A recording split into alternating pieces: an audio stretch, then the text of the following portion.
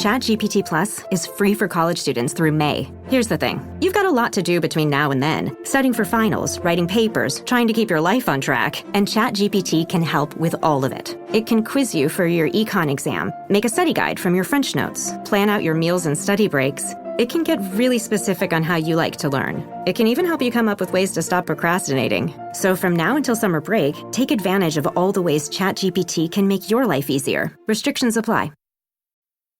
Fellas, you know Degree Cool Rush deodorant, right? Well, last year they changed the formula, and guys were mad about it. One dude even started a petition. So guess what? Degree heard us, admitted they messed up, and brought the original Cool Rush scent back exactly how it was. And it's in Walmart, Target, and other stores now for under $4. So grab some and remember why its cool, crisp, and fresh scent made it the #1 men's antiperspirant for the last decade. Degree Cool Rush is back, and it smells like victory for all of us. Parents of tweens, if you're familiar with far-off drop-offs... Dad, stop, right here. Or get DMs about what's for dinner, you may be experiencing tween milestones. For your son or daughter, these can start at age 9. HPV vaccination, a type of cancer prevention against certain HPV-related cancers, can start then too. For most, HPV clears on its own. But for those who don't clear the virus, it can cause certain cancers later in life. Embrace this phase. Help protect them in the next. Ask their doctor today about HPV vaccination. Brought to you by Merck. This episode is brought to you by Principles. Are there limits to the U.S. government's debt growth? What will happen if the debts are not curtailed? What should policymakers or investors do? Those are urgent questions that legendary investor and New York Times bestselling author Ray Dalio addresses in his new book, How Countries Go Broke: The Big Cycle. The book comes out in June and is available for pre-order today, wherever books are sold. The rural way of life is about making everyone feel at home. Tractor Supply chose advanced 5G solutions from T-Mobile for Business to transform intelligent customer service. Together, we put the power of AI to work across 2,200 stores, keeping things running seamlessly inside, curbside, and countryside. This is elevated customer experience. This is Tractor Supply with T-Mobile for Business. Take your business further at T-Mobile.com/now.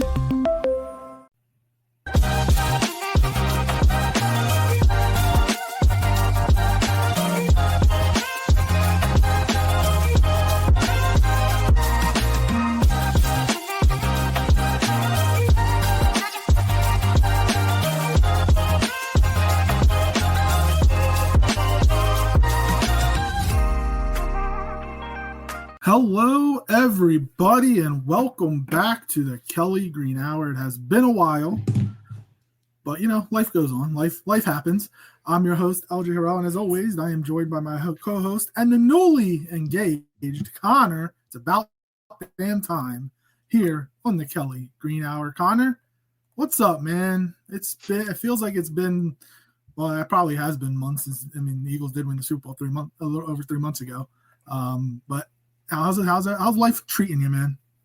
Good. Thank you so much for the call out and congratulations. I know we've been joking about it for a couple minutes, but it's finally. Minutes. I feel like we've been joking about it for a couple of years.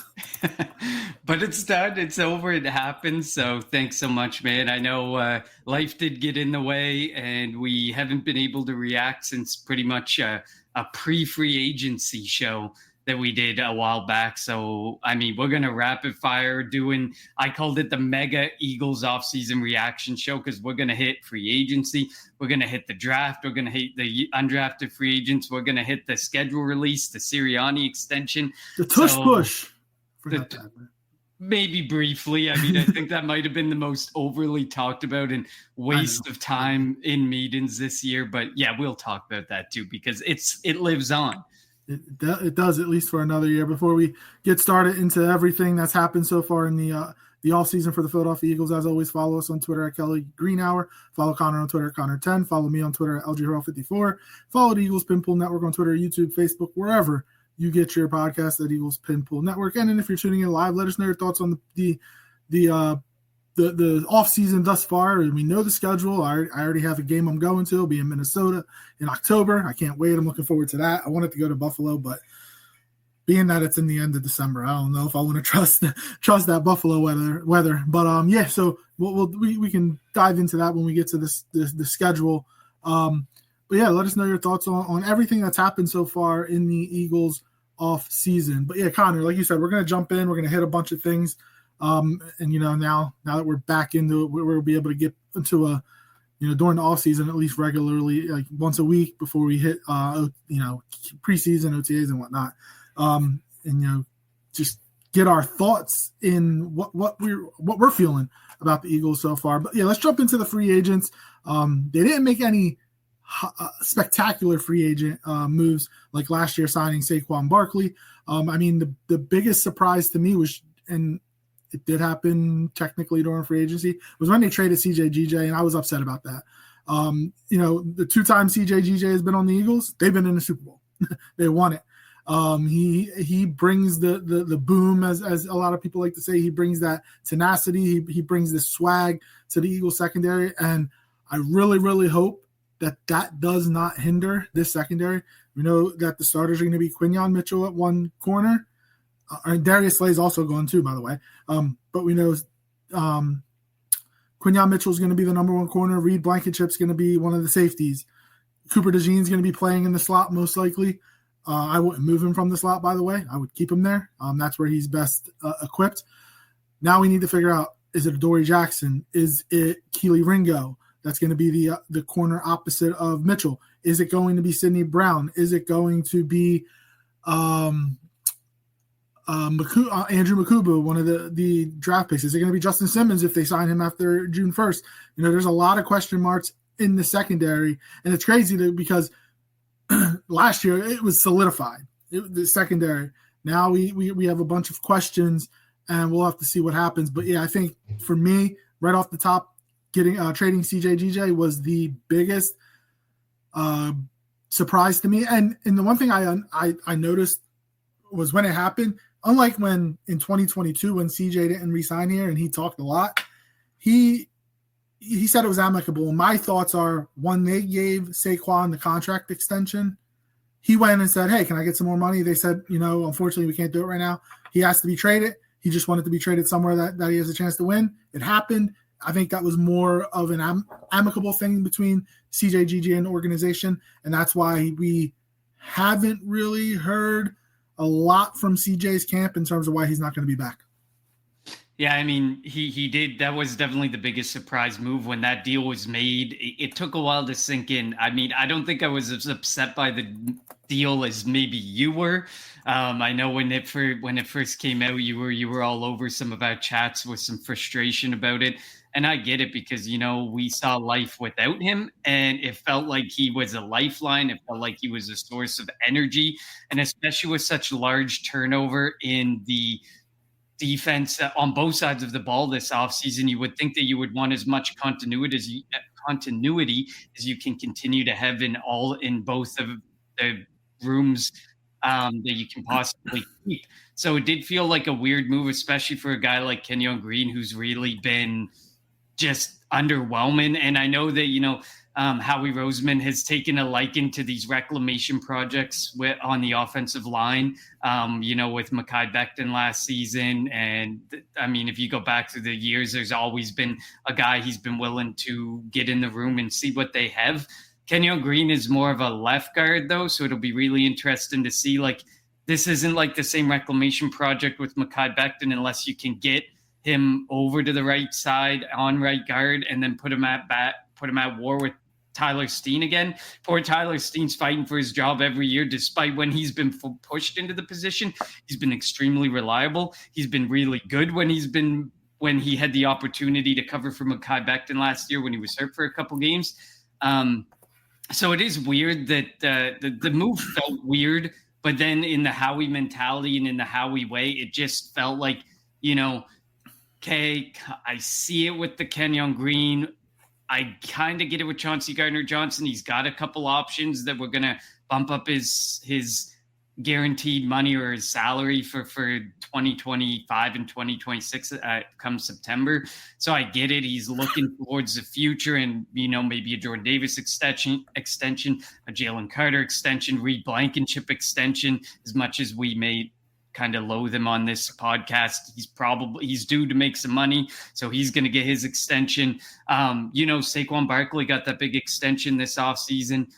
Could Jalen Hurts be in line? Because now Jalen Hurts is outside the top 10 moneymakers at quarterback. So could they, if he has another really good year or mid-season, want to reward him with some more guaranteed money, some more average on his salary on his years? It's going to be interesting to see. I guess I get it in a way. And then they took Andrew Makuba. And, you talked about Keely Ringo. The Philadelphia Eagles seem really high on a lot of the young guys, and they want to give some of these young guys a shot who kind of got buried last year with all the offseason moves that they made. So now they're like, well, maybe it's time to give.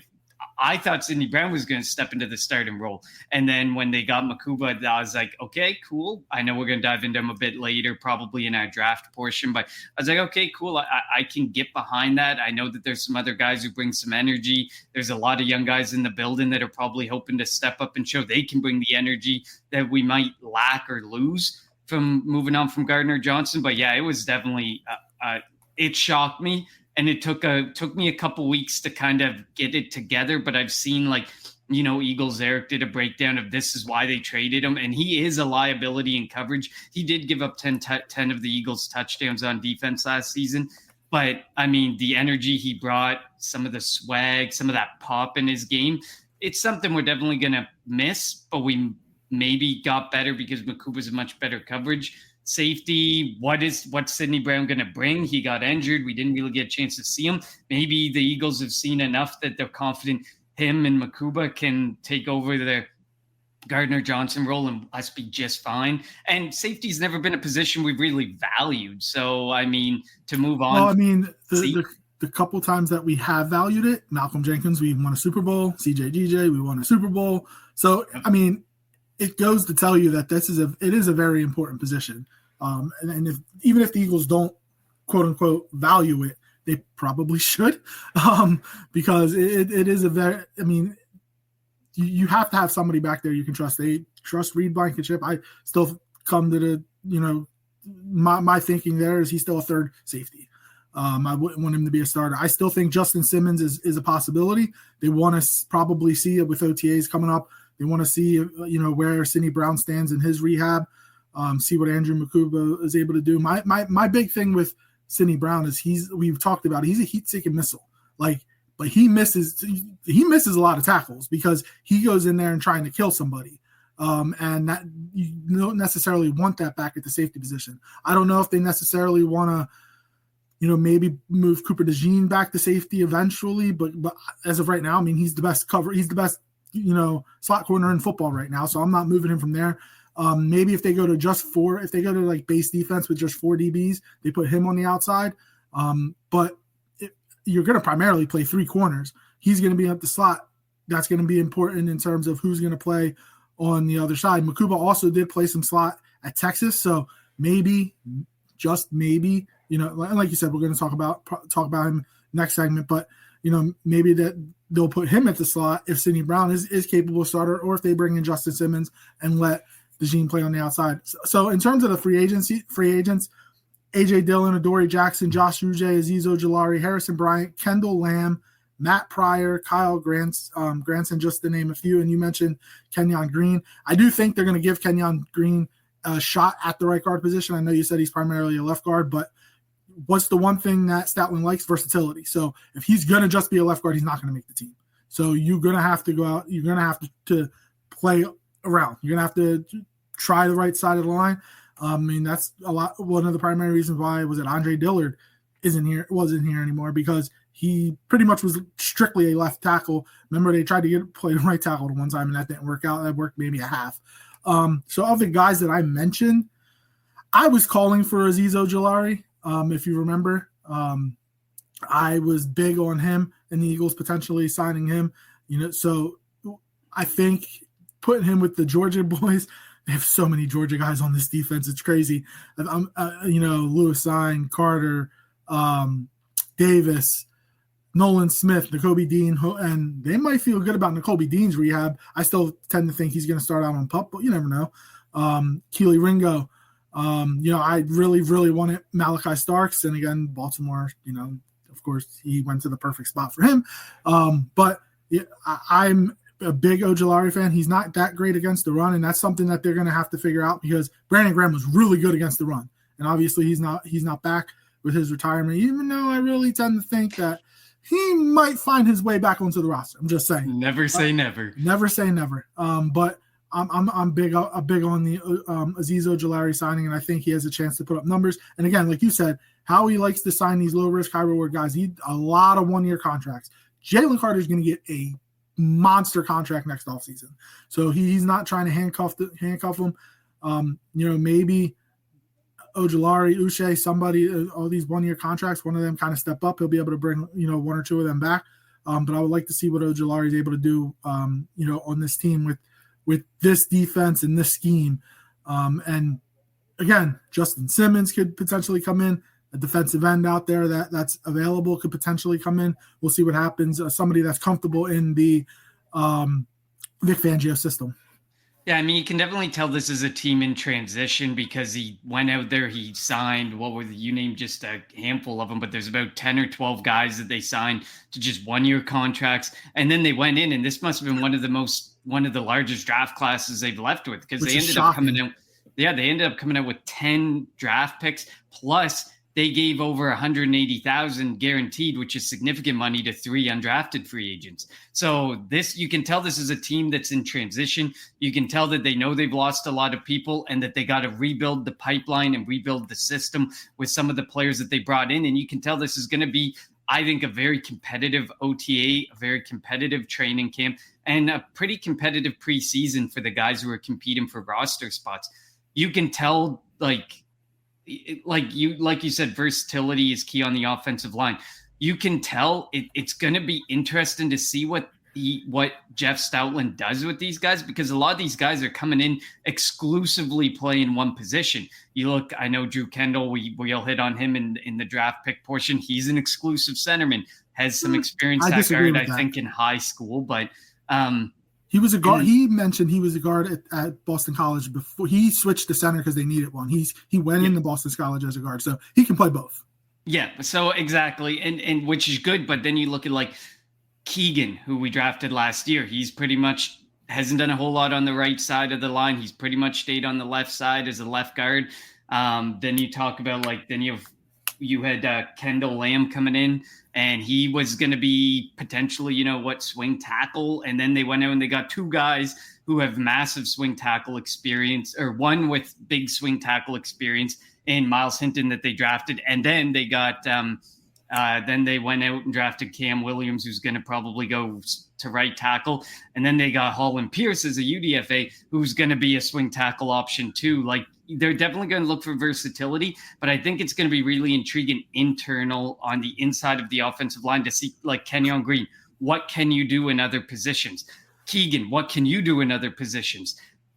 Like, Kendall, what can you do in other positions? What other positions can we trust you with? Because you know that this team doesn't like to sit on a guy or hold a guy who's just going to be a left guard or who's just going to be a right guard. Or who's who's the guy that they drafted last year that they ended up cutting because he was strictly just a center? He ended up going to the Rams. Oh, Dylan McMahon. That was Dylan McMahon. NC State center. And you can tell they didn't want to make the same mistake twice because they immediately, upon drafting Kendall, said he's going to be a center guard. Yeah. And they wanted to open up that flexibility that, hey, he's not just a center. We're going to test him out elsewhere, despite, how he kind of spoke to, you need another guy who can snap a football, because we have seen in the past, they've tried to, put a guy in there who doesn't have a whole lot of center experience, and it hasn't exactly gone that well when snapping a football. So it is really important that you have a guy who knows how to snap a football, but creating that versatility along the offensive line too. I agree with you as far as Ojulari goes. I think if I was to pick like my favorite sign-in, it's not like how he gave us a whole lot to work with. And then when you look at the depth chart, Ojulari seems like the best fit. We like Jalix Hunt. I love Jalix Hunt. I think there's more to develop there. I don't think he's a guy like Nolan Smith who you're going to be able to put out there 80, 90% of the time and be able to trust him to make plays consistently, despite what we saw in the playoffs. It was very good. It was very impressive. It was very promising. And I'm sure that helped them let Josh Sweat go to the massive contract that he got. But I do believe, Ojulari is someone who's likely going to split a decent amount of time with Jalix Hunt as Hunt continues to develop and refine his game and get even better. Because I know that, the sky's the limit. It took Nolan Smith some time. Jalix Hunt, it's going to take him a little bit of time, but I think he's going to continue to develop and be really good. He shines so much already that you can trust that there is definitely some promise there. I was a little surprised, and I'm sure it could change if through OTAs and training camp they see the need. I was a little surprised at interior defensive line and that they didn't really bring in any competition. I mean, I know the underlying stat with Moro Jomo, his win rate out there was exceptional, but he only played about 50% of snaps. So what happens if you push him into more of a role? I love Ty Robinson, the vanilla gorilla. Cannot wait to see him out on the field. I had him as I mock drafted him to the Eagles a number of times in some mock drafts that I did. So it'll be interesting. I mean, when I broke down the depth chart and did like a way too early 53-man roster prediction, it's hard to squeeze much more into the interior defensive line because that they want more player guys on the offensive line. They're going to want to keep a lot of linebackers and edge rushers because they use them so interchangeably. That they're going to keep at least 5, maybe even 6 cornerbacks. You just know, just based on going through it and the breakdown, there's just not a lot of room left at the interior defensive line. So that's probably why Howie's going with what he's got, and he's going with his gut and knowing he trusts Jordan Davis, he trusts Moro Jomo, he trusts Jalen Carter, and all that's left behind him are just a couple guys that they need to rotate in here and there. Yeah, exactly. So we'll see how those battles occur when we get to camp and OTAs and whatnot. I'm definitely looking forward to that. Let's jump to the draft picks. And something you had mentioned is it's shocking that they made so many draft picks. And I am too, because when you look at this roster, you have to think the top 40, 45 positions are kind of set. It's just a couple of backups that that are going to have it, or it's a couple of guys that weren't on the team last year that aren't going that are going to have an opportunity to make this team. But jumping to the picks, the Eagles made 1, 2, 3, 4, 5, 6, 7, 8, 10 draft picks. That doesn't include the UDFAs. And in round 1, they went with Jahad Campbell from Alabama, trading up 1 spot with the Chiefs. Andrew Makuba out of Texas in round 2. Ty Robinson out of Nebraska in round 4. In round 5, they went Mac McWilliams, Small Munden, and Drew Kendall. And then in round 6, they made 4 picks. Kyle McCord, quarterback out of Syracuse. Miles Hinton, Michigan tackle. Cam Williams, Texas tackle. And the outside linebacker, Antoine Powell Ryland, out of Virginia Tech. He's more of an edge. I think out of those, the one that I'm most intrigued in is Antoine Powell Ryland. He had over 20 sacks combined the last couple of years, and he fell all the way to round 6. Maybe it's a size thing, who knows, but he's somebody that has a chance to make the team as an edge rusher to get after the quarterback, and maybe sort of like in that Jalix Hunt thing, role that he had last year. He's not going to be out there all the time, but when, put him, as he becomes more comfortable with the defense, put him out there just to get after the quarterback. Yeah, I mean, I think they left a really golden opportunity bringing Ojulari, and that they're going to give a lot of opportunity to some of these younger edge rushers. And Power Island, I think one of the reasons I think he's 24, 25. Like, he's quite a bit older in regards to the edge side of it. But the Philadelphia Eagles, them. They go for either elite athleticism, which Powell Ryland is pretty good athleticism, or really good production. They love people who produce and who did a good job producing, and they'll take a shot on that because usually production sticks. That's something that you see. He's obviously not going to come into the NFL and go and get, unlikely, maybe, but to go and get like 10 or 12 sacks in his first season or be given that opportunity enough to do that. But, you do want to, you like a guy that can produce like that because that he's probably going to come in and he could do 4 or 5 sacks, could do even more. It depends on what type of playing time he gets and what type of role he's able to carve out. I spoke to it a little bit earlier in the episode. My favorite pick was Ty Robinson. I really like Ty Robinson. He just screamed a Philadelphia Eagle through the whole process. Like, he's a guy who's going to work his ass off. He's a guy who's going to get work inside and get out. Like beside Jordan Davis, I think those two are going to wreak some major havoc. But Jalen Carter, sorry. Beside Jalen Carter, I think they're going to wreak some major havoc. He's got some good athleticism. He's got some good athletic traits.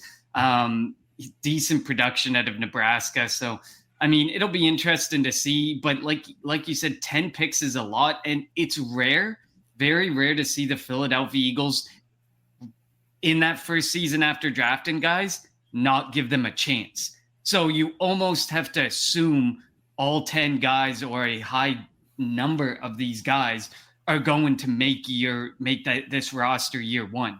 And it'll be really interesting to see how they do, because like you said, they got Jahad Campbell, made sense. Great move. The medical red flags drew him down a little bit, but he was clearly the best linebacker in this draft. And then like Smail Mondin was an interesting one. Like, it's going to be interesting to see how you fit everything. It felt like they picked in a way that they knew they were going to be short a linebacker because he's going to be on the PUP list to start the season, and that's Nakobe Dean. It felt like they opened it up as an opportunity to, and maybe there's this thought, Nakobe Dean's doing extension too. Could they replace him with Jahad Campbell, save a boatload of money, and let Nakobe Dean walk because he's going to be owed a significant amount of money, and they already paid Zach Bond a whole bunch of money? There's a lot of hypotheticals going on, but the fact that, like you said, they went out, they got Jahad Campbell, Smail Mondin, they got Antoine Powell-Ryland, like that's a significant, and then you got Azeez Ojulari, you got Uche, you got a lot of guys that are going to be duking it out in that like hybrid linebacker edge type situation in camp and throughout the preseason. So it'll be interesting to see, but it's so rare. Like, this is what's so intriguing. It's so rare to see them not keep their draft picks and give their draft picks at least a season of opportunity. Then you look at the 3 UDFAs that they put $180,000 or more into, which is significant for in regards to UDFAs. That's significant guaranteed money. Like, what's going on? Who's going to make the team, and how is this even gonna work out? Like, I feel like some of those veterans, like a Joshua Uche, AJ Dillon, because they gave Montrell Jackson, the Florida Gator running back, $108,000 guaranteed as well. That's a lot of money. So it feels like guys like AJ Dillon, Joshua Uche, and even like a guy like Adoree Jackson are going to have extremely uphill battles to make this roster, because they're going to give a guy like Maxon Hook, Montrell Jackson, and some of these other guys a major opportunity to go out and make the roster because they like to give opportunities. Montrell Johnson, thank you. They're going to give some major opportunities to these guys to make the roster, because it's rare for them to not keep their draft picks and invest some type of development and commitment to those guys beyond year one. Yeah, so and one of the things that I was intrigued was the Cleveland Browns jumping ahead of the Eagles in round 5, when the Eagles took McWilliams and the Browns jumped up and took Shedeur Sanders. And I actually think the Eagles were considering Shedeur Sanders. If there was a team that could handle the publicity, obviously the Michael Vick thing, bringing Vince Young in, even though he was kind of cooked at that point, the Carson Wentz and Nick Foles and Jalen Hurts thing. There's a team in the NFL that can handle all that, handle the publicity, handle all the media, whatever it's going to be. I don't want to say scrutiny. And if there's a quarterback that can handle having somebody come in here, it'd be Jalen Hurts. I really thought that the Eagles and Andrew Berry knows Howie Roseman, being that he worked here. So I thought that was very interesting when the Browns jumped up ahead of the Eagles. I don't know if the Eagles I don't want to say they don't know if they wanted Mac McWilliams per se, but I do think that if Shedeur was there, they may have taken him. What are your thoughts on that? I think they were going to do it too, because like at that point, that was such a value fall. And like, no matter how you felt about the publicity in Shedeur Sanders, he was far more talented than where he went. Like there was nobody who. I'm going to say this about Shedeur. The only reason that he was hyped up as the first round pick is because of his last name. He wasn't that good in college. Agreed. And the fact that he got his number retired is a bunch of BS when Cordell Stewart hasn't gotten his number retired. Like, let's be real. He is an average quarterback. And, you know, there was one thing I saw. There was a video when him and Cam Ward were working out together. Cam Ward was kind of roasting him, like all those checkdowns that you had. I would have had, if I did that, I would have had a 90% completion percentage, not in the 70s or whatever. And like he said, like I was taking chances. Shedeur didn't do that. Like it's because of his last name and who his dad is why he was getting hyped up. He was not in my opinion, not a first round talent. Fifth round talent, probably not. Probably maybe third round, fourth round. But the only reason that he was being hyped up is because of his last name. He is not that great of a quarterback, I will say. I agree. No, I agree. I don't think he's like a career NFL starter. I feel like even if he wins the job in Cleveland or eventually gets a shot in Cleveland, I feel like eventually he'll fall out of grace. He won't be able to bring the Browns what they want, and he'll become like a perennial backup. I think he would be a fine backup and just be able to do his job as a backup. But I agree with you. Most people had that grade range of about there's reports that people had first round grades on him. Most people had it between the second and the fourth round grade wise. Like some people probably went to the extreme on the other side of it and said he should have been a UDFA or something, but you knew that he was going to get drafted. Quarterbacks, you need them. You want to take shots on them. And Shedeur Sanders is someone who eventually somebody was going to take a shot at. It just felt so weird watching him fall. And it also, well, it was weird watching him fall. I think they made too much of it. Like, I don't know if you saw Mel Kiper, but like that was just getting absurd. Like, and then the NFL Network ended almost every round with a can't believe Shedeur Sanders is continuing to fall, and then going into a 5 or 10 minute discussion about it. At the end of night one, they spent most of their time talking about how Sanders fell. At the end of day two, they spent most of their time talking about how Sanders fell. It just felt like it was all about the last name, the name on the jersey, the nameplate. That was, like you said, that was what it was all about. And that was the reason, like guys like Mel Kiper, first of all, I think his best days are clearly behind him. Yes. And like you look at the way, like he calls the obvious guys, like the obvious guys that everybody knows he calls. He gets that outlandish pick here and there, right, where someone takes the shot on one of his guys. But he's a little cooked. He's beyond his better days of scouting. And he just showed that, like, it almost felt like senile moments that were happening on the air because he had Shedeur Sanders. I think he had Shedeur Sanders as a first-round pick. So he had him as the top quarterback, which the one thing that really bothered me is they kind of took the shine away from Cam Ward being the number one overall pick. Big time. Huge. Because it was all about Shedeur. And it's like a lot of these guys were on Deion's payroll, and Jordan Schultz was the same way. I'm gonna be honest. Like, it just felt like a bunch of people, him and obviously Mel Kiper, just kept talking him up because it was like Deion was sending out the bat signal, talk up my son. But it stole spotlight from not just Cam Ward, from a lot of people. A lot of people, like everyone in the first round. As each pick went by, I think you could almost have bet that there was 32 picks in the first round. Shedeur Sanders was probably mentioned after every pick 75% of the time, because as he continued to fall, they continued to mention, how's he there? Why is he still there? What's going on? And then obviously everything that comes after that, like, oh, it's because of Sanders, it's because of race, it's because of blah, blah. Then all the stories started to come out. And it's just such a crazy concept to think about. At the end of the day, this draft, we knew, like, the reporting going into it was that it was going to be a different draft. There was going to be guys fall you least expect. There was going to be some good UDFAs because it was notoriously viewed by the league, constantly reported by the league as not that good of a draft class. This was one that people will get. That's why I feel like Howie frequently traded back, because Howie saw a guy, didn't get his guy, traded back. Like, there was a report that came out about the Ravens pick, where they wanted to draft the tackle that the Ravens took in round 3. His name slipping my mind. Not Emory Jones, right? Yeah, Emory Jones. Yeah. So the Ravens took him. And there was a report that came out that, that the Eagles wanted, it appeared as though the Eagles wanted him, because as soon as that pick was made was when they decided to trade back with the Atlanta Falcons. Which is also why I'm shocked they took 10 guys. And I mean, they do have 11 or 12 picks next year too, in a draft that should be potentially be better. So like, that's kind of why I'm shocked that they took all those guys in this year's draft. I mean, half of them aren't going to make the team. Like, if you were to look at it, Jahad Campbell will make it. Ty Robinson will make it. One of the tackles will make it, Hinton or Williams. So we'll end up seeing. Before we jump to the UDFAs, are you as surprised as I am? Or no, not even that. Jahad Campbell.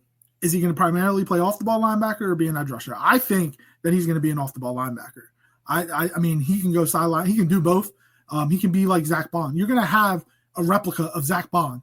It's going to be Bond and Campbell that could potentially both do the same things, play sideline to sideline, get after the quarterback. I don't think Campbell's going to be strictly an edge rusher. I think they drafted him to be a linebacker, and that's what I think that he could be best suited as. Agreed. I think some people took Howie out of context and ran with it like, oh, they drafted him to be an edge rusher because we have Nakobe Dean. Why would he pick Campbell just to come into the Dean role? And like I said, Nakobe Dean, no matter when he comes back, he had such a productive year last year that he's going to be owed a decent amount of money. How much do we think Howie's going to be willing to pay two linebackers significant money? It was surprising to see Bond get what he got, but obviously Bond deserved it. Bond earned it. But they knew that they couldn't move on from Zach Bond. They had to pay Zach Bond. It was pretty clear.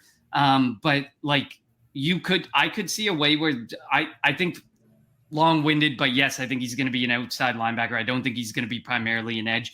Will Vic Fangio use him in the edge role periodically? Absolutely. He uses all. If they have the versatility, he's going to use them in any role. Like you could even see Andrew Makuba out of the blue get random edge snaps. I wouldn't be surprised just based on where he'll line up or where he may be positioned on play call here and there. That's just the way that he is. If you have the versatility, he's going to use you in that way. I just think people saw edge as the need. And when Howie made the reference and the statement that he did in that press conference, there's a lot of media that just ran with it like, oh yeah, that makes sense. They drafted him as an edge, not a linebacker. That makes so much more sense.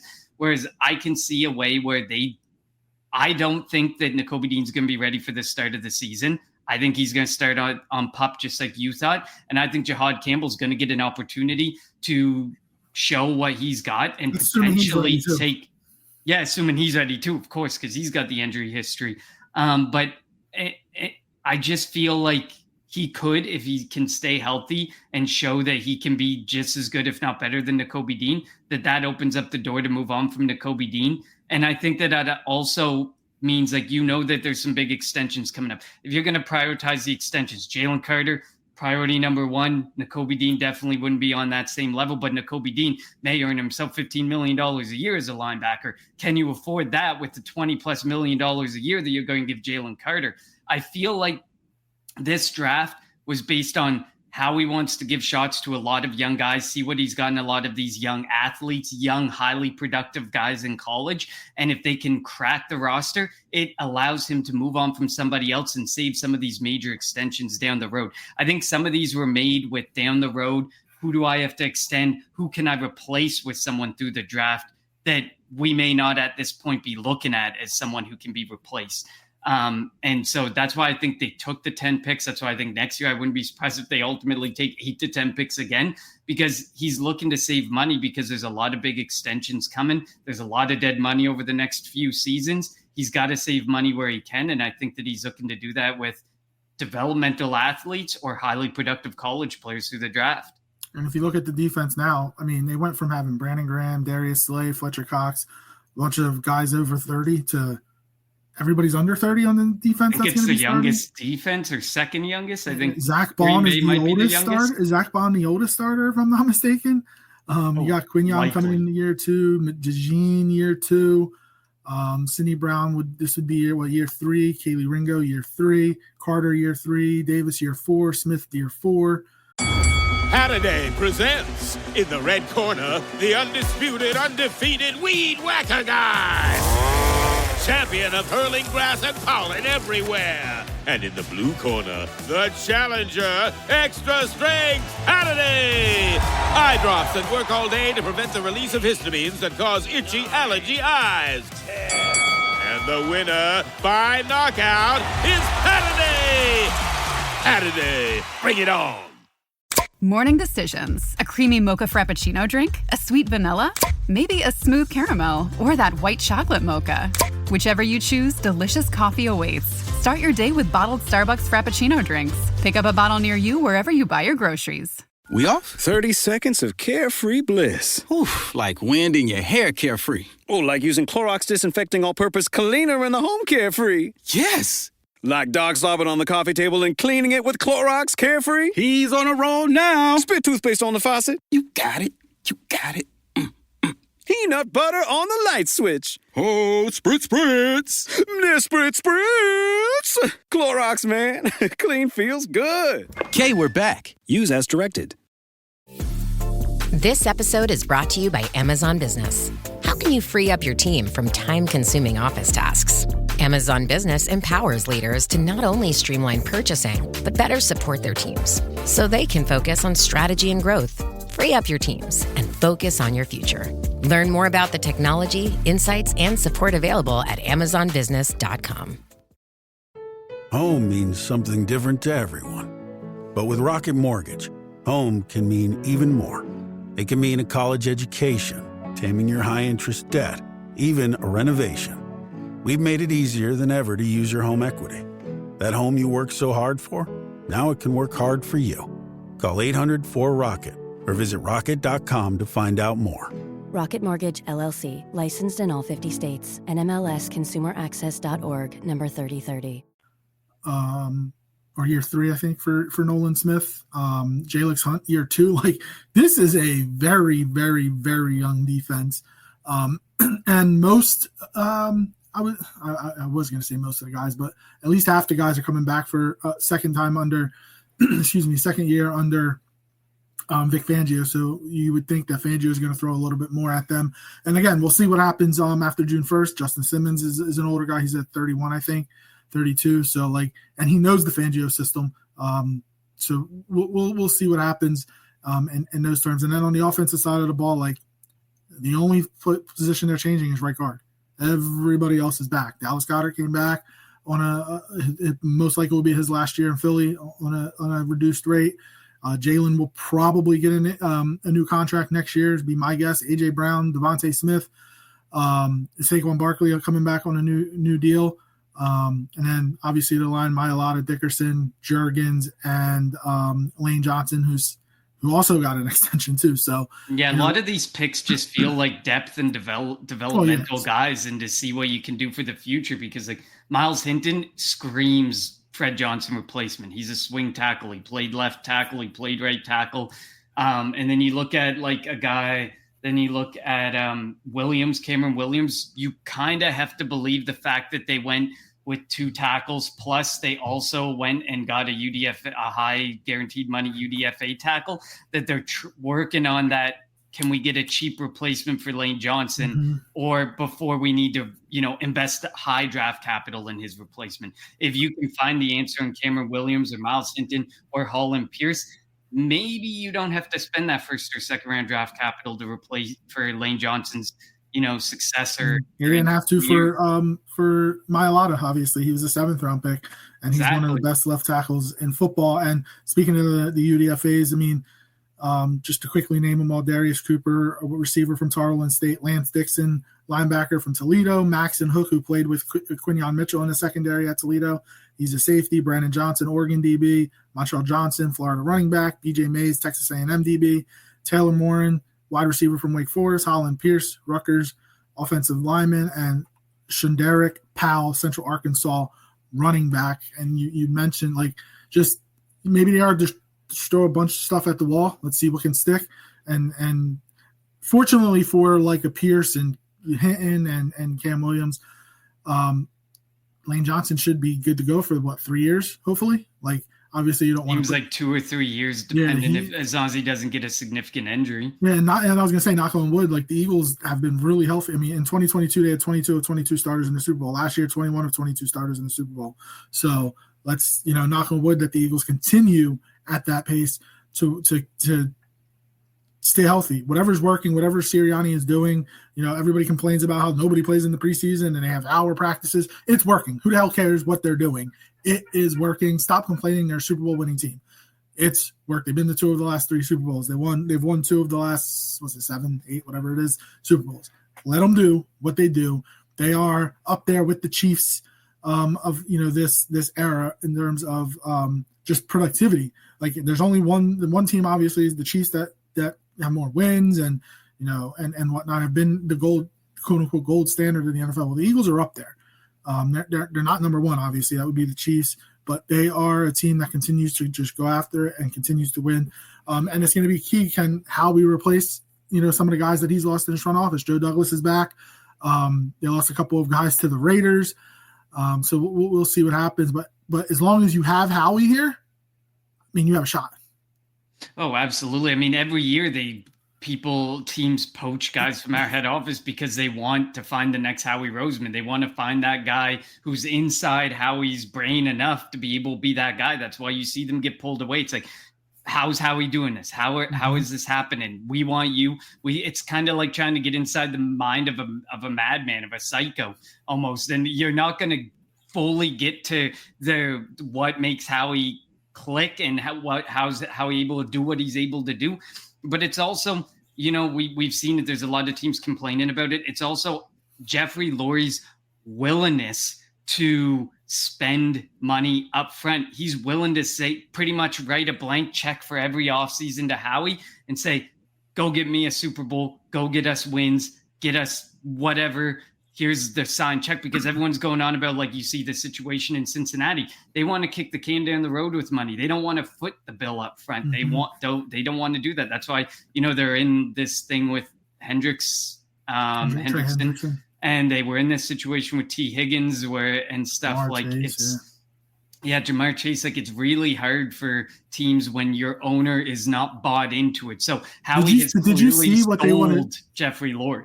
Roger Goodell couldn't beat the Eagles in terms of the tush push. Now they want to talk about the salary cap and maybe have it to where everybody, like the whole with the Eagles adding dummy years and I really think that Roger Goodell wants to beat the Eagles somehow, and he's going to come at them anyway. I think on Killer Comedy TV, thank you for joining us. Just stop by to say thank you for beating the Chiefs in the Super Bowl, and I look forward to playing you guys this year. Sincerely, a Lions fan. I wanted the This is a great transition. Go into the schedule. I wanted the Lions week 1. I wanted the Lions, Rams, Commanders, not the freaking Dallas Cowboys. I get it. We're going to raise a banner in front of Jerry Jones and those cow turd fans and all that mess. But I wanted an opponent that's going to, that's somebody that we're battling with this year. Somebody that we potentially were battling with last year. And obviously the Lions were the number 1 seed, had the best record. That's who I wanted in week 1. I didn't want the Dallas freaking Cowboys, and I get it. We haven't seen, Dak Prescott and Jalen Hurts play each other often because Dak usually gets hurt. What is going to be so exciting about Dallas? Brian Schottenheimer is one of the worst head coaches to be hired. When what's his face said that Doug Peterson was the worst, he should have been saying that Mike Lombardi was saying Doug Peterson was the worst hire ever. He should have been saying that about Brian Schottenheimer. Schottenheimer has been around for 20 years, and this is the first head coaching job that he's gotten. Like, nobody was clamoring to go after him. So he's a perennial assistant coach. Yeah, exactly. Great assistant. I wouldn't even say he's a great assistant. I gained respect for the Lions because they were, of all the opponents on the Eagles schedule this year, they're the only ones that voted not to ban the tush push. Everybody else did, because all the other 14 opponents for the Eagles voted to ban it. Only 2 NFC teams, it was them, and the Lions and the Saints that voted for it. All the AFC East teams voted against the Bills, which I think is hilarious, by the way. The Patriots, Dolphins, and Jets. So, again, I have mad respect for Dan Campbell. Even do I think he's a great head coach? No, but I also think he's in the same vein as Sirianni. They're both great 100%. Leaders. They both command locker rooms. They're both player coaches. So I have great respect for Campbell. He said, look, you can't ban it because somebody else is good at it. We got to find a way to stop it. Aaron Glenn did the same thing pretty much said the same thing with the Jets. And he came from that Dan Campbell coaching tree. So I have great respect for Dan Campbell, for the Lions, and I am looking forward to that matchup. I wish it was week 1, but we have to wait till later on in the year. Killer Comedy says, also glad our team decided not to ban the tush push. It's just a QB sneak, basically. Thank you. That's all it pretty much is. I was going to say this. When Tom Brady was so good at, sorry, not to cut you off, Connor. When Tom Brady was so good at it, were people trying to ban it then? No. So grow a pair, shut up, and find a way to stop it. And when it comes to the tush push, a lot of people are like, why can't other teams do it? If you, are the Chargers going to ask Mekhi Becton how the Eagles are so good at it?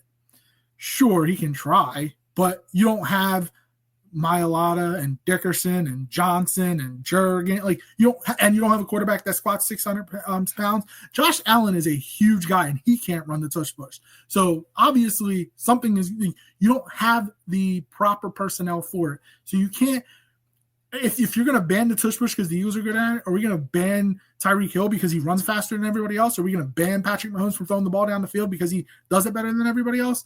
No. Grow a pair and try to find a way to beat it and stop it. Yeah, and like the stats out there, on the tush push, we actually have a better QB sneak success rate with the QB sneak. So we would have just found a way to go about doing a different play, doing the QB sneak, because like you said, you have a guy who squats 600 pounds. He's going to find a way to get that 1 yard or whatever yardage he needs. And then the way, and I think that was concerning was the way that Green Bay worded it was basically they were going to get rid of worded it. The way the NFL worded it or re-put it forward. Yeah, exactly. So the way it was re-put forward was that basically banning offensive players being allowed to push another player altogether. Used to be before 2005 or 2004. Exactly. And you know what? And one of the biggest things somebody said, there was some other people who tweeted, the reason that this is so controversial and you could easily get rid of it is the aspect that you are the forward progress. If you're constantly going to allow forward progress, teams are going to try and figure out ways to get the ball further, to get that extra inch or two. And then there's obviously the controversy around defensive players can't do that and so on and so forth. I do agree. I think forward progress is an issue. It does play into the fact that it's all about for the offense and getting that extra yard. I do think that, it's hard because then you can't stop a play as soon as a guy gets hit. But I mean, at the point of contact, that just feels like the point where if you get just an extra yard or two, it's so hard to figure out how do you figure out how to work with forward progress. It's just such a difficult thing to work with. And that's just creating extra controversy and further controversy. But this is an offensive league. They're looking for ways to force you to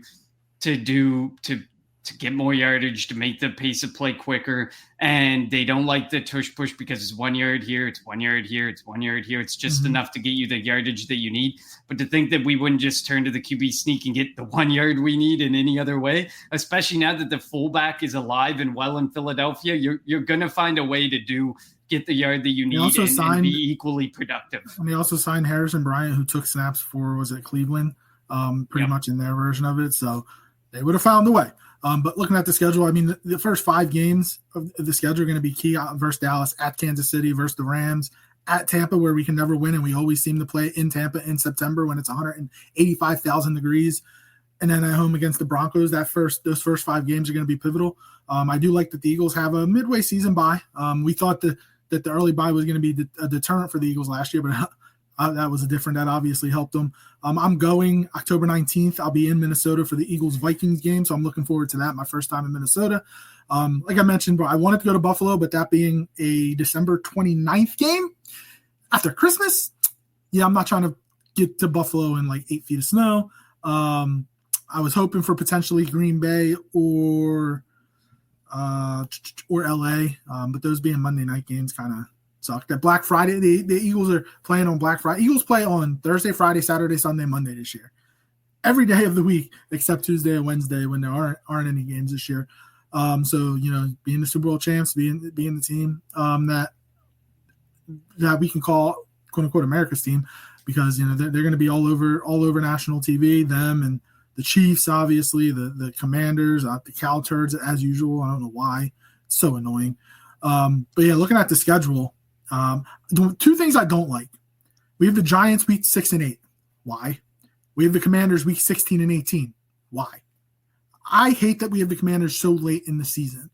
I get it. The division could still potentially be on the line. We could have made that a week 18 game. Why are we waiting until December to face the Commanders for the first time? That makes 0 sense to me.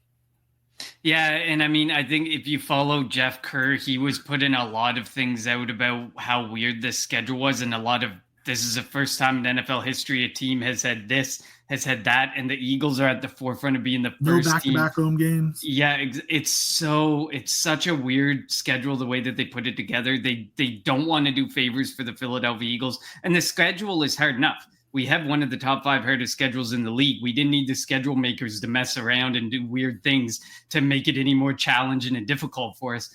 But yeah, I agree with you. The Commanders game feels like it should be sooner, or flip the Commanders and Giants. Just one of the matchups, flip it. Yep. That's all you had to do. Why? I get it. The Giants, it's not must-see TV. Except the first one's a Thursday nighter. So it's going to be prime time. Prime time. You're putting us in this slot anyways. So, like, it's just weird. There are some weird kinks to the schedule. I mean, I don't dive into the schedule as much as others, but, like, it is – I'm happy we don't play on Christmas. That makes Christmas way harder. I thought that was going to happen for a second. I thought it was going to be Green Bay on Christmas. I thought so, too. I was like, oh, no, here we go. Or us and the Bears on Christmas, because since we're on the road that Saturday before, we would be home that Christmas Day. But I mean, like you said, I'm glad we have 9 days off, because we go from a Saturday against Washington and then go to that following Sunday in Buffalo. 2 very physical games, by the way. So I'm glad we have no international games too. Like, poor Minnesota has to stay on the other side of the world for. You might as well stay. You can't go back home. Like, you got to stay on the other side of the world for 2 weeks. Like, that's just. The fact that they're starting to do that with teams is well, did you hear what they said? They want to have 16 international games a year, which means every team is going to be playing internationally at least once. I mean, I guess at least it levels the playing field as far as, there's only X amount of teams that go over, and the Jags go over usually twice, and now you got Minnesota that went over twice. I mean, they're trying to spread their tentacles all over the world, and I get it. As long as there's no international team. That would suck. And I know that their aim is to eventually have like an international team, but I really don't want to see an international team. It's American. Who's going to want to play there is going to be the big question. Exactly. Imagine they end up in NFC. That team's going to suck.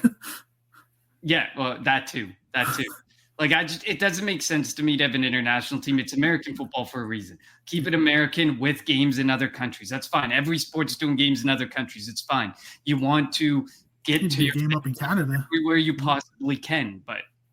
Get a game up there in Canada for you. Maybe get the Eagles up there. We don't have a big enough stadium anywhere to manage it, unfortunately. Even the CFL stadiums aren't big enough? Gosh, those are like 20,000. Like, we're not even remotely send the Chargers there, because the Chargers can't get 20,000. Send one of the LA teams up there. Yeah, it doesn't matter. Come on, it really doesn't matter. What were your thoughts before we jump into Nick Sirianni's contract extension? The Buffalo Bills were announced as the Hard Knocks team for the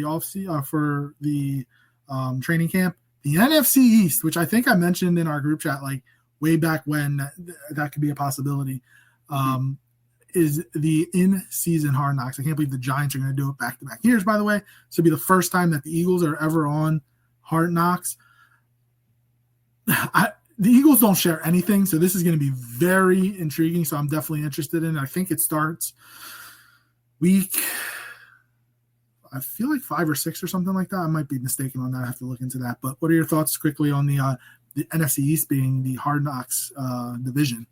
I mean, eventually you knew that they were going to be – it came out that no one was volunteering, because nobody wants to be like, you see, that intimate setting, and you see what people are saying, and everything's scrutinized, and people try and get your secrets and stuff. Like, it is what it is. You knew it was eventually going to happen, and the NFL was going to be forced to just start delegating what team was going to have to do it, or what division was going to have to do it. I'll be interested to watch. Obviously, I'm going to watch. I think, the NFC, I mean, we have, what is it? The Cowboys, Commanders, and Eagles all have 6 primetime games. So the NFC East is back. We've gone from the least to like the beast. So people want minus the Giants, of course. But like the NFC East is basically back, and they want to put. It was probably going to come down to the NFC North or the NFC East, because those are the divisions that are so good. They have personalities you want to follow. I mean, it'll be interesting to see, and it's kind of good that we don't have like huge personalities in house anymore, because what would this have done for like a CJ if he was put in front of cameras all the time?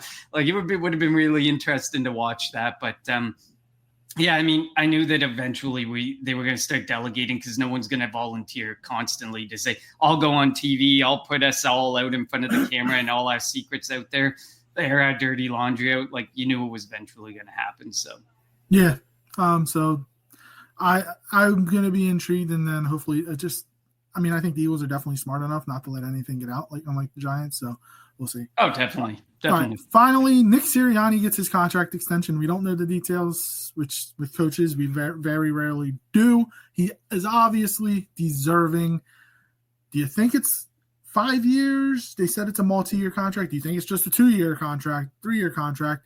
And is he making more than Ben Johnson? Ben Johnson's up to what, 12, 13 million, and he's never coached before. Andy Reid makes what? Close to 20? I think he was. Yeah, he's way up there. So where do you think Nick Sirianni lands in the hierarchy when it comes to being – because let's be real, when they signed him, nobody knew who he was, so they got him cheap. He ain't cheap anymore. No, gosh, no. I mean, I wouldn't be surprised. The good thing is it doesn't count against salary cap, so I don't care. This is purely Jeffrey Lurie writing a check, and he has to pay it out and see it out to the end. I mean, to be honest, I feel like it's probably – I don't know if they'd go as far as 5 years. They've seen teams screw up those big contracts. I feel like they'd be like, there's no salary cap for coaches. So there is no salary cap for coach. But I mean, like teams, you hate to be that team that drops a 5-year deal and fires them after the first year or something. You never want to be that team. You want to be the Raiders giving Gruden a 10-year deal and getting rid of him after well, exactly. There's a reason that most coach deals are 3 years, 5 years. You don't see it go much beyond that. I wouldn't be surprised if they said, how about we do 3 years and we'll make you one of, if not the highest paid coach. Mm-hmm. Like I wouldn't be surprised if he's ahead of Ben Johnson, but they convinced him on 3 years versus 5 years because they're like, listen, we don't do 5-year deals with coaches, but if you would like, we will give you 3 years and $15-16 million a year. And we're going to do right by you if you continue to perform to the level that you've been performing. It was fun. The change that he made post bye week was so fundamental and so huge to the success ultimately of the team, I think, going on for the rest of the season. What changed from the year prior and even then post bye week last year was huge. And I think that showed the Eagles a lot like, okay, we're willing to put more. We're willing to there was no way if we made it to the playoffs and had an early exit that he's getting this extension. There's just no way. Mm-hmm. So he knew he had to do something right. And I think that he sees the way and he did the right way and made this fundamental change and knew that he just had to get out of his own way. And he definitely did. And I think if he continues to do that, he's going to continue to find great success in Philadelphia. Will he continue to be scrutinized in Philadelphia? 100%. There's no one's ever going to full on love their coach. He could win 3 straight Super Bowls and it's probably not going to be good enough for some people in Philadelphia and some media. But at the end of the day, he's had great success. And there was that blip in the radar in that middle year where we completely lost it for 10 weeks, had the early playoff exit. Then we had the kind of rough start to the next season and everyone was already speculating. We were obviously there too speculating. Would it make sense to move on this early and see if we can salvage a season? And then ultimately he made that fundamental change and continues to be the players coach, the culture builder, the foundation setter. And if he can continue to do that and stay out of his way, pay him what he wants, keep doing 3-year deals and put him up at the top of the coaching dollar range because he's at this point. Yeah, and he's at the second winningest coach in the first 4 years, I think, of a coaching career. It's similar to Jalen Hurts. When did we discount winning? I hate to go back to it, but you already have a guy like Chris Sims saying, well, are we discounting those last 10 games a year prior? This is why he's not discounting the regular season. No, we're not discounting the regular season. He won the freaking Super Bowl and was the Super Bowl MVP. And he's been there twice. A lot of the guys that you're putting ahead of him haven't even made it to the Super Bowl, haven't even made it to conference finals. So it's these guys deserve it. They're winning, and winning matters in football. And the Philadelphia Eagles are going to be one of those teams that just say winning matters. We don't care if you think we run the ball too much. If you think we should unleash Jalen Hurts more, if you think Sirianni should do this or be that, they don't care. If we're winning football games, then they are deserving of the money that they get, and they're going to continue to pay these guys. Yep, and I think the combination of Howie and Sirianni is going to be a good combination for a long time for the Eagles. And even Laurie is doing what he needs to do for Howie. Howie is doing what he needs to do for, I would say, more, Sirianni and Vic Fangio, because Vic Fangio clearly has a say in these defensive moves.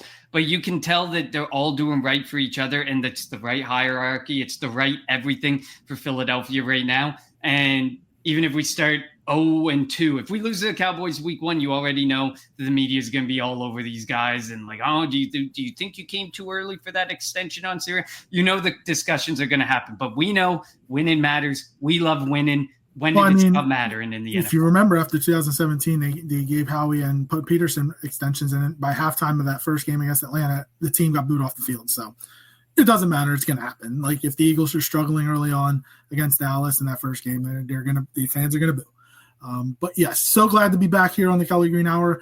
Now that we're pretty sure everything's going to be fine over now. You never know. Life throws a bunch of crap at you, and you just have to find a way to deal with it. We will be back next week, and we are going to go into our looking for our OTAs and the battles that we're looking forward to, roster battles, positional battles, and we'll see how this team start tomorrow. Do they really? Yeah, they start the 27th. Like we're here. We're already it feels like the off season feels like it drags, but it just kind of goes fast at the same time. You hit OTAs, and then what is it, 5-6 weeks from now we're into the preseason, or we're into training camp already. Mm-hmm. It flew. Yeah, it's become like this interconnecting thing, the NFL. You want the games, but then they have set so much up. You look at the combine, you look at the Senior Bowls and all these different bowls that they have. And pointless, by the way. Oh, yeah. I did want to bring up the one thing about the draft picks that the Eagles. For years, the Eagles would draft from the top 30 visits that they bring in. They didn't draft anybody from their top 30 visits this year. I know everyone was like, look at these top 30 visits. They're definitely taking at least one of them, and they were putting them all over mock drafts. Some of the free agents that they brought in, they were all coming on their rookie deal or coming off their rookie deals, and they were guys that they did bring in, previous years, like 4 or 5 years ago. So, that was the interesting part with this draft class is they didn't bring any, Campbell wasn't here, Makuba wasn't here. They may have met over Skype or Zoom, whatever the heck it's called, but they didn't bring them in for a visit. So that was very intriguing. So I think this was such a unique draft. The NFL told us it was a unique draft, and people didn't want to believe it, but they told you it was clear from executives it was going to be a unique and different draft than what we usually see. And I think that spoke even for the Eagles with how Howie ended up drafting people. But you can definitely tell they still put a value into it. But if you had told Howie he was going to get the chance to have Jihad Campbell or some of these guys where they were going to end up landing, he probably would have said, that's why we didn't meet, because we didn't think we were going to have a chance without having to move up aggressively and stuff. So, yeah. All right. As always, follow us on Twitter at Kelly Green Hour. Follow Connor on Twitter at Connor10. Follow me on Twitter at LJHurl54. Follow the Eagles Pin Pool Network on Twitter, YouTube, Facebook, wherever you get your podcasts at Eagles Pin Pool Network. And thank you for all the comments in the chat. We'll be back next week to give our thoughts on OTAs, battles, players that we're looking forward to seeing. For Connor, I'm LJ. Thank you for tuning in to the Kelly Green Hour.